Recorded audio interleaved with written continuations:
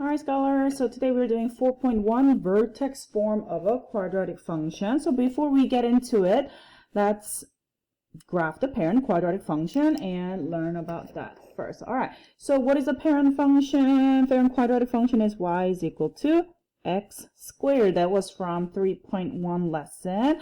When x is -2, you plug it in. -2 quantity square, 4. -1 quantity square, 1, 0, 1, and 4. So let's go ahead and plot those points. -2, 4.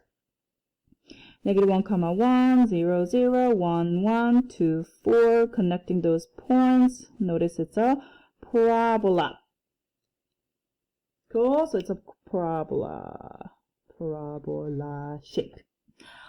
When you look at the quadratic function, graph of the parabola, a few features that I want you to know it, okay? What are those?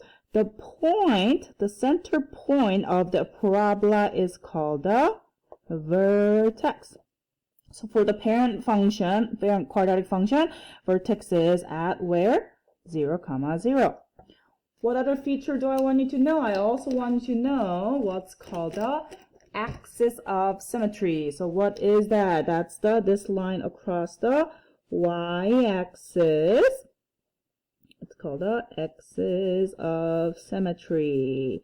What does that mean? If you were to fold this parent function in half, you know how it's going to be along the y-axis? You can also think of it as a mirror image.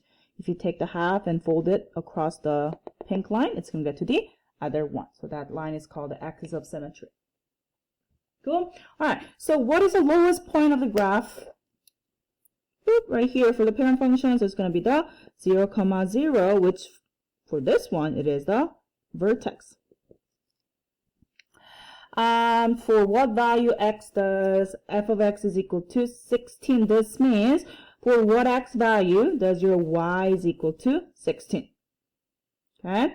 Let's see, what are the two values? Isn't it going to be when x is -4, -4 squared is 16? Yeah, what about 4? Yeah, when x is 4, 4 squared is going to be 16 as well. So the two values are -4 and 0. Excuse me, -4 and 4. What x value will your y value be? 9 for the parent quadratic function. When x is -3, when x is 3. For what x value will your y value be? 25, -5, and 5. What about 0? Well, it's just going to be at 0. What do you notice about those? Do you see all your x values are, one is positive, one is negative? Yeah, so I noticed that all the answers are plus and minus, well, except the last one. I mean, technically, yes, you can think of 0 as a plus 0, minus 0, but we don't really say it. Okay? Cool? Another way you can think about it is those 2 points are on the other side of it.